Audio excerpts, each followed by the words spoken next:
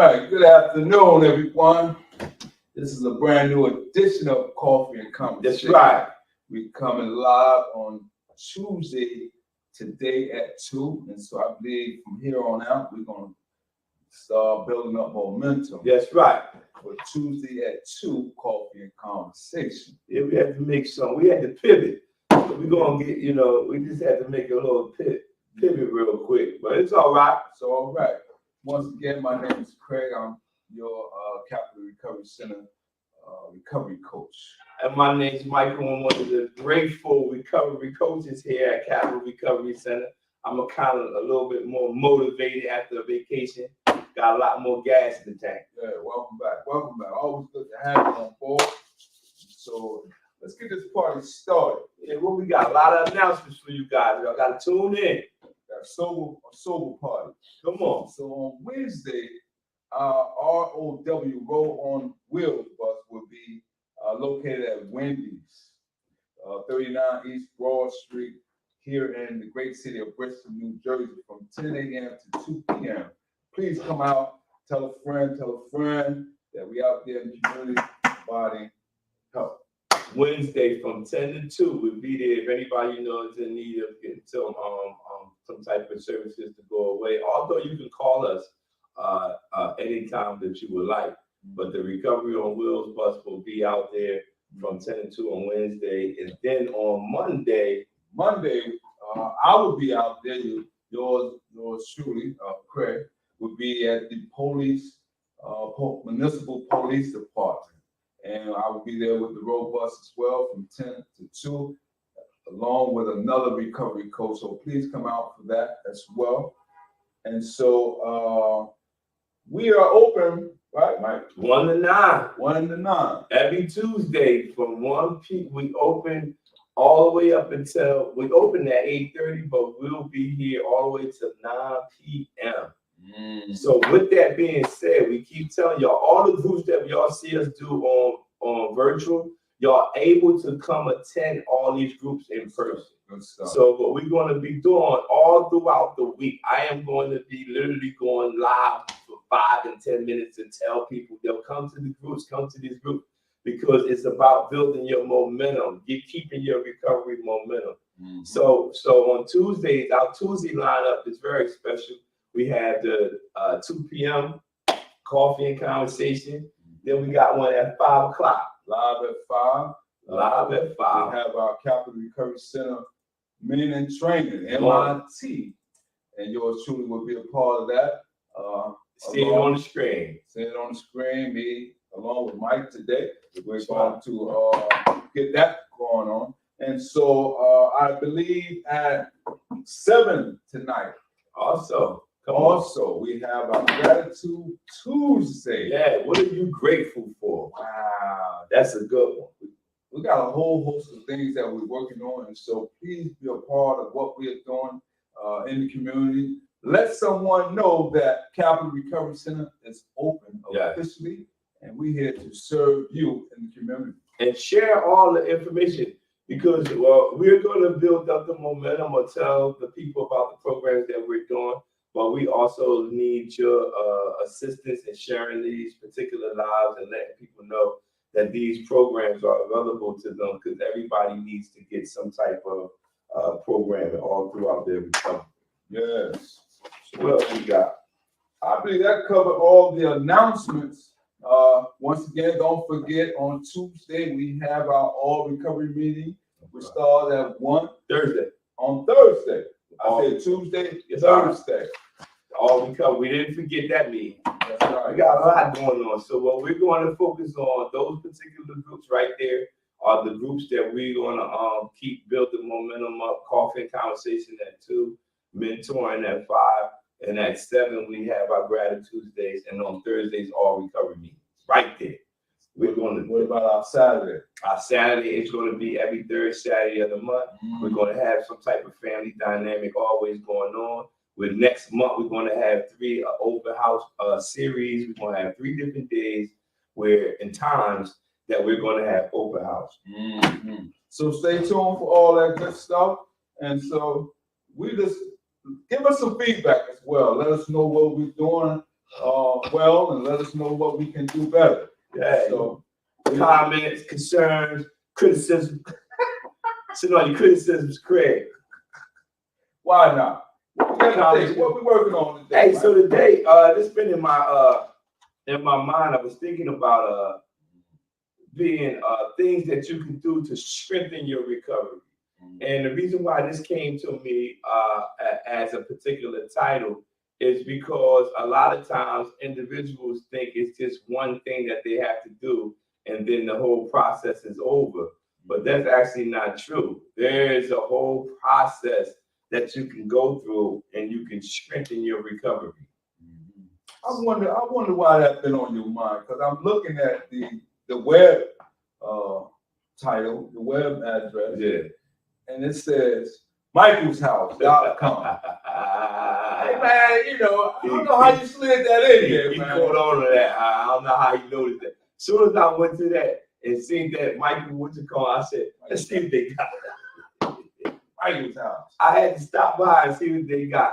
Yeah, that's good. I had to stop by. I'm still looking, my voice is going out. I was talking on Sunday. But anyway, look, things you can do to strengthen your recovery. So that's what we're going to cover today. We're going to cover a few areas. This is not an exhaustive list. There's other things that you can do, but we want to point out a few to you. It says, anyone fresh from drug rehab knows the importance of putting their recovery first. In all things, no matter what comes up, there is nothing more important than staying sober after addiction. Staying actively engaged, key word right there. Staying actively engaged during recovery includes attending therapy, one of my favorite words, maintaining a medication schedule if necessary, and continuing to pursue the most beneficial treatments. In most cases, especially for patients who attend residential programs, people new to recovery have a list of referrals and therapeutic treatment plans to help them transition into independent living. With the broad strokes of recovery firmly in place, what are some other ways to ensure long-term recovery success? Wow. And so I like that the first introduction, especially like Mike said, the therapeutic or therapy phase. I just want to share this with the community at large. I am in recovery, and so I feel that it's important to always work on yourself. You see LeBron, after the season over, all the athletes, they go out and they still train, they still get their bodies in shape. And so me being in long-term recovery, I recently started seeing a therapist because I know the importance of trauma for a lot of people like myself who may experience some type of trauma. Mine may be different than yours. Mine may be a little far gone than yours. But however, always work on yourself, whether it be, like the article say, therapist maintaining medication schedule if necessary. And you gotta, it says, with the broad strokes of recovery framework in place, what are some other ways to ensure long-term recovery success? And like he's saying, you have to know what you need to put in place in your recovery process. And a lot of times people try to skip some steps and don't go to the necessary extremes, as if when we are actively using, we go to the extreme to get the substance. Yeah. But when it's dealing with just strengthening the recovery, we be wanting to do the basics. I mean, one meeting, that's good. We don't want to go to the extreme. But actually, I tell people all the time, in August, I'll be coming up on 13 years, and I still look for ways to strengthen my recovery because I got to keep it going. So the number one, the first one we want to talk about is know your relapse triggers. This is so important, so important. The better someone knows his personal triggers, the things that bring on a desire to drink or get high, the better he's able to plan in advance for ways to deal with the triggers. For example, if being around people who drink makes someone want to drink, then it's time to leave the party, take a walk, etc. When others start breaking out the champagne or cracking open the beer, taking time to really think through the emotion associated with using, anger, depression, irritation, anxiety, and discomfort is an important first step to managing the desire to drink. Take a walk, get away from it. Yeah. And so instead of utilizing, trying to remedy these emotional behaviors that the articles just point out, because a lot of times we become frustrated, become angry, become depressed because things not going our way, maybe feeling irritable because someone said or during a relationship, we may feel ourselves and we may get around someone who may relieve their self, but they might not be in an active state of addiction, but you may be in an early stage of recovery. Yeah. And so the article says, gently remove yourself. Leave. First, identify, say, I'm having a bad day. I know if I go around that, I'm going to indulge. Yeah. You got to know it. You have to know that. That's very important. Identifying your triggers. No relapse triggers. Okay. The second one. You want to add to that, Mike? Yeah, one thing. I was talking to a gentleman yesterday, and I asked him, do he still hang around with his friends who are smoking? And he says, yes. I said, do it make you want to smoke? He said, yeah. I said, do you have friends who don't smoke? And he said, yes. I said, start trying to spend more time with them because they won't trigger you to smoke if they don't. Wow. So you got to know. The thing is, that the point I wanted to make is, he recognized that those guys that were smoking is his trigger, but he also was aware, or he was made aware by me, that he has friends who don't smoke, so try to spend more time with them. You gave him a good alternative. Yeah, wow. He has both. Right. But the ones that are smoking, when he sees somebody smoke, it triggers him to smoke. Mm-hmm. And so the second one says, join a support group. A lot of people are fearful of that, and I don't know why. Because maybe they asking you to go through each step, and the steps, come to find out, it's not no easy step. They can be very challenging, and some of you may feel that you can't complete them for whatever reason. But don't let that deter you. The article says, join a support group. Mm-hmm. Many people think of 12-step meetings when they think of support groups. But there are other groups that meet a variety of needs. Wow, that's very important. Yeah, that's true. That is, like we talked about. Go ahead, Mike. Go ahead. Like we have all these groups and stuff right here. You got so many different groups that meets a variety of needs, and each group is different. It can provide for a lot of different things. Yeah. Like Mike always said, there's many ways to recovery. Multiple pathways to recovery. Life Brings Secular Recovery, that's one.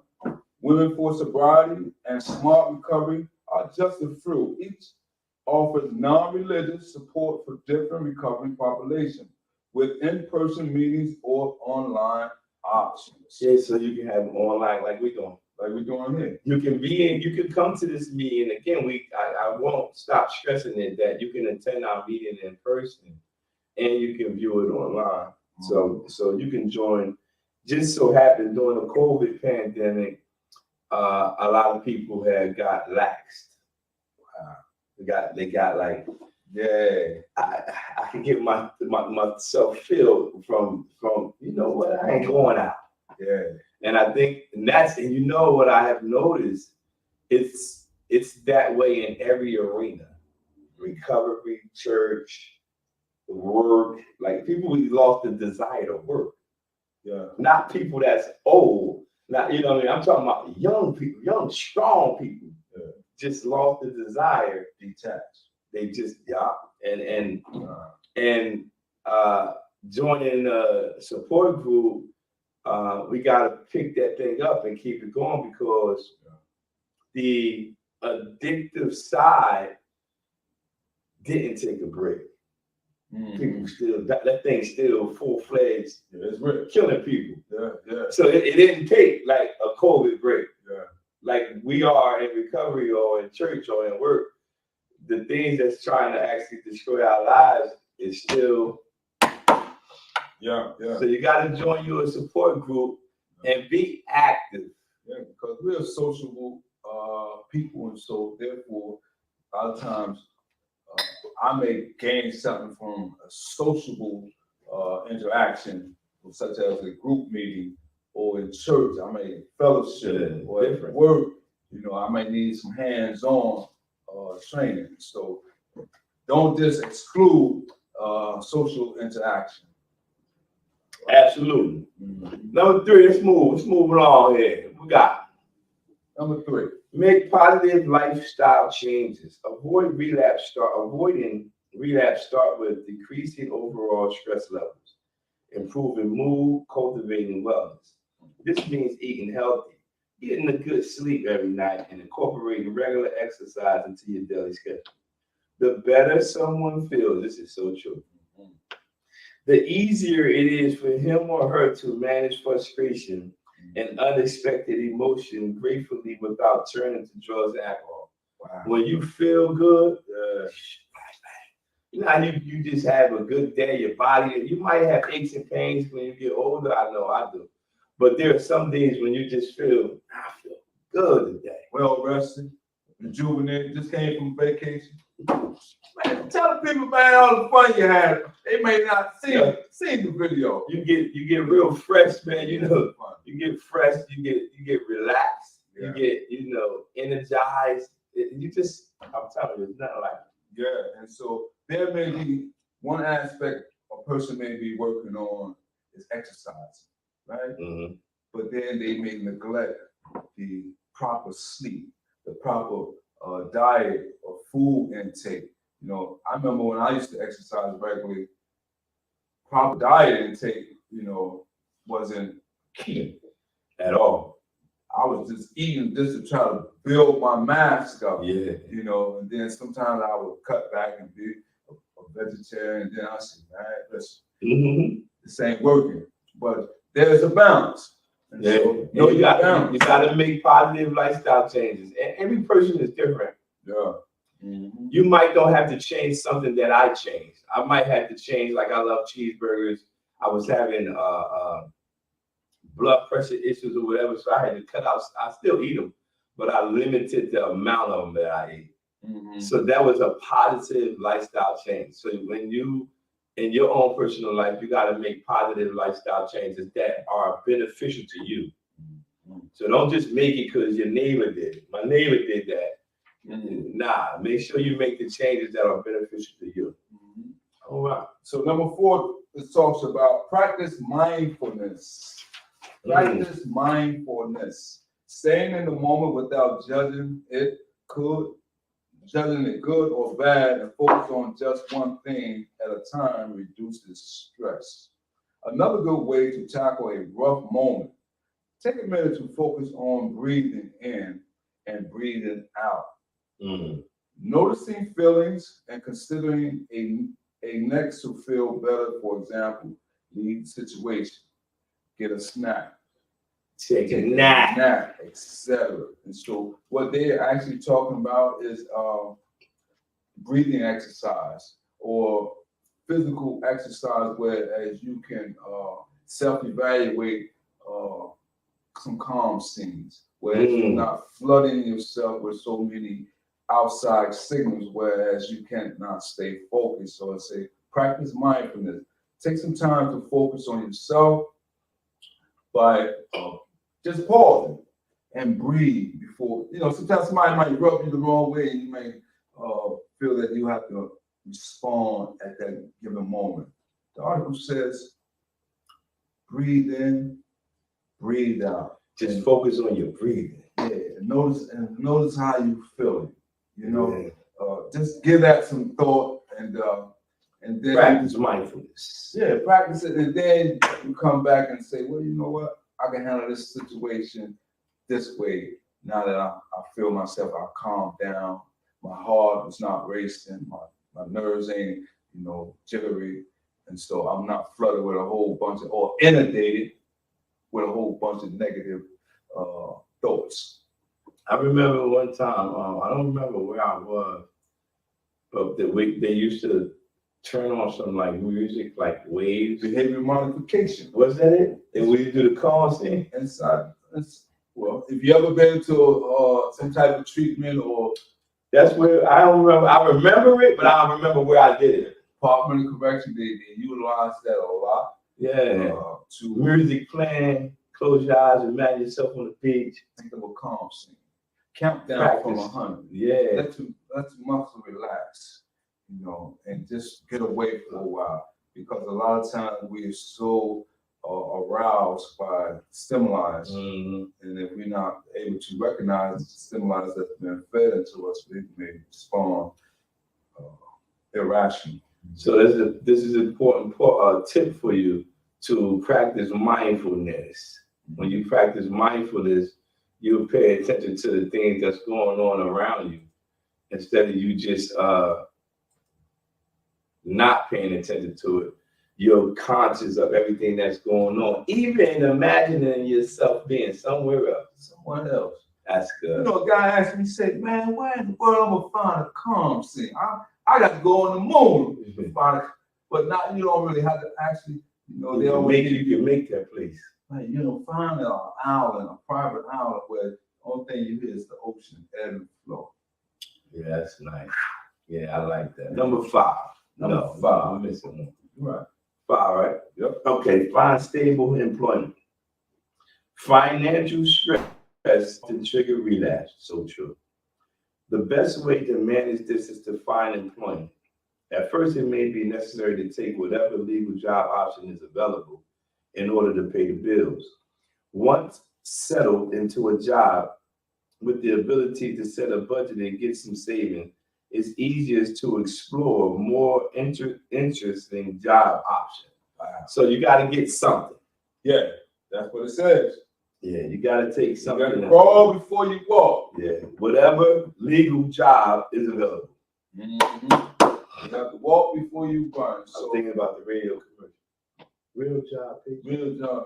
He got a new one out too. Mm-hmm. But anyway, yeah. So a lot of our target population, they get frustrated. I know I got frustrated many of times with place of employment where I felt like I was just been stagnant. But this article said, stay there, work on financial budgeting, work on the security, financial security. Mm-hmm. And while you're doing that, if you feel that this job is leading to a dead end and you don't see any progress, the option is search for another job. Don't leave that job. Absolutely. Please don't leave that job. Don't do that because it says financial stress can trigger relapse. Yep. You're just stressed out on your finances, so don't leave it. Don't leave it just like that without having something to fall back on. All right. Number 6, make goals. That's a big one. Make goals, career goals, personal goals, goals to accomplish with family or close friends, and recovery goals are important. People who know what they want in any area of life learn to avoid stagnation, boredom, and depression. Once someone has a clear idea of what he wants to accomplish, it's important to create an action plan, or I like that breaks the goal up into manageable pieces. Keep track of progress with the calendar or other schedule and celebrate every victory. That is so big, so vital, because it says, right? It says to avoid stagnation and boredom and depression. Once someone has a clear idea of what he wants to accomplish, it's important to create an action plan. How you move from point A to point B without falling victim into some of those. That's a go. Traps. Action plan. Yeah, action plans. You know, we do that here, but we don't. We call it recovery management plan. And so it's so important to have a plan in place.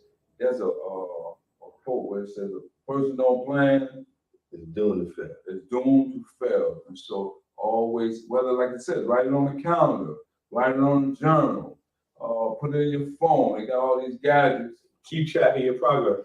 Good. And celebrate every victory, whether it's small as big. Yeah. Right? Yeah. Man, it's so important. Man. Yeah. When you make goals, you celebrate even the smallest of victories. And it says, well, I like what it says. It's important to create an action plan that breaks the goals up into manageable pieces. Because when you set these goals and you can take the steps, you're like, all right, I got to this step, I got to that step, I got to that step. And then you celebrate. But you gotta you gotta have some type of goals in place. You gotta put something in place if you want to strengthen your recovery. And no, there's nothing better to invest in yourself. Mm-mm. Nothing better than to invest in yourself. If you don't have faith that you can accomplish something, then nobody else is gonna be able to do it for you. Yeah. You have to believe in yourself that you're able to do it. Yeah, you definitely have to. Yeah. Number 7, high recovery coach. Right? Hey, listen. Now you talking. A recovery coach or life coach helps someone organize the details of a sober life. Hence, recovery management plan. For anyone unsure how to fill time, recovery coaches offer help figuring out goals and making a plan to achieve them. Coaches also help clients track down documents, get a job, find a place to live, or buy a car. They also offer support for going to a stressful family event or managing a situation that can bring on a relapse. Mm-hmm. So when you have your recovery coach here at Calvary Recovery Center, we can help tie you into different situations that you might be needing help in. It's not just the recovery process, because sometimes you might need linkage to get to your medical documents. You might need to get a resume. You might need temporary ID. It's a whole bunch of stuff that the recovery coach can help you with. That we may have found ourselves in, and that we have learned how to manage, or someone helped us along the way. We don't say that we know it all or we have it all, but if I don't know it, I'm gonna go to Mike, and hopefully he would know it. If he don't know it, we go to someone else who may know it. But our goal is to empower you with some capital recovery. What you might need. We just did a situation like that not a couple of minutes ago. Someone needed something, and then we had to, everybody was thinking of different resources that we can give that person. And that wasn't just me. Everybody else was thinking while we was talking, they was thinking of different, what about this? What about this? What about that? So with that person who we was assisting, he's on the phone. Yeah, making a connection. You know, some people may need more hand holding. And then some people who just take the lead that you give them, and they go on for there and make things happen. So, all right. Number 8, be grateful. That's you or me? Oh, that's me. Okay. Be grateful. We're going to talk about Gratitude Tuesday tonight with an introduction. So, but let's dive in what this article is talking about. To be grateful. Anyone who survives addiction knows the act is worth gratitude. But staying sober means avoiding thoughts that bog a person down or trigger a desire to use. Rather than ruminating on past wrongs, reliving past choices and addiction, reliving past choices and addiction, or drowning in sadness is far more productive to focus on the beauty of life. And so, what that reminds me of doing this reading was positive reinforcement.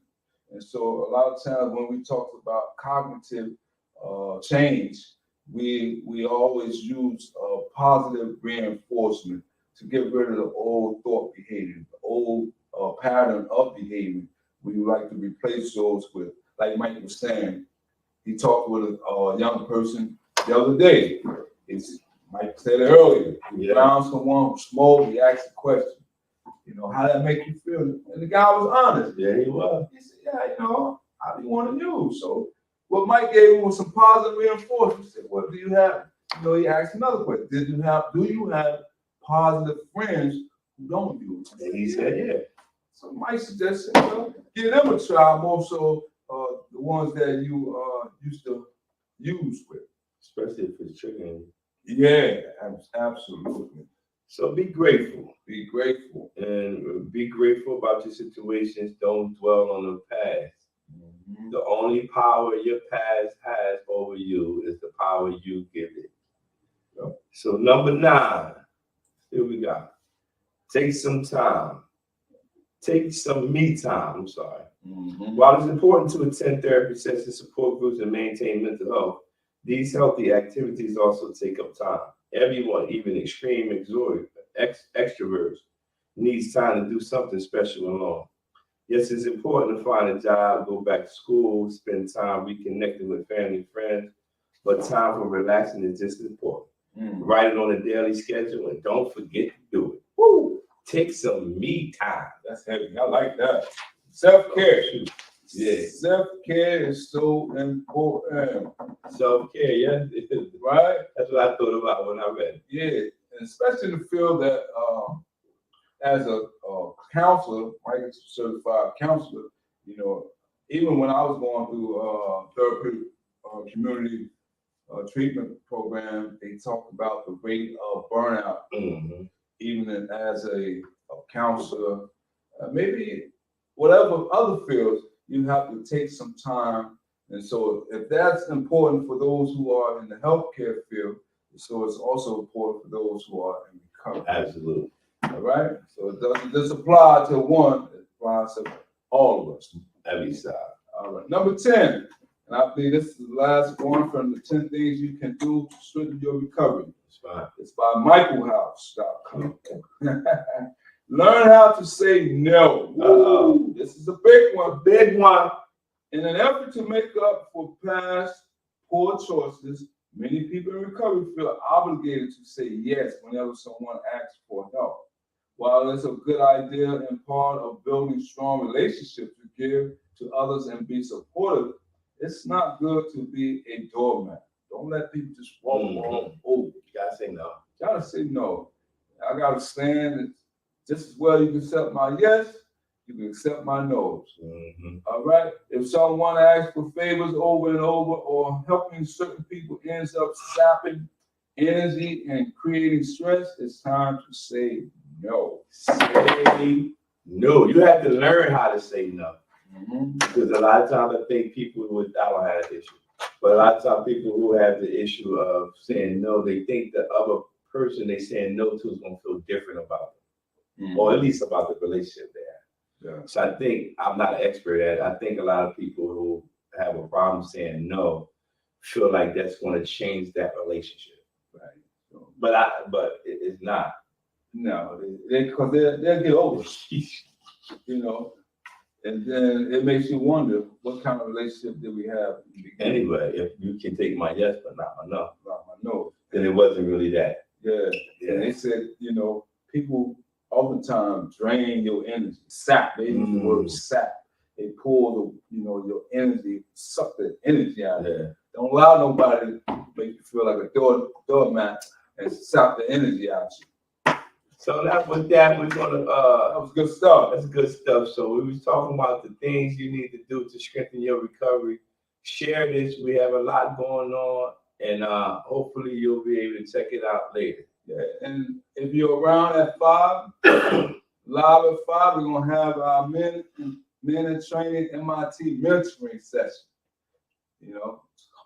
Tell a friend. Come on out. Be a part of what we're doing here at Capital Recovery Center. I'm telling you, good stuff. All right.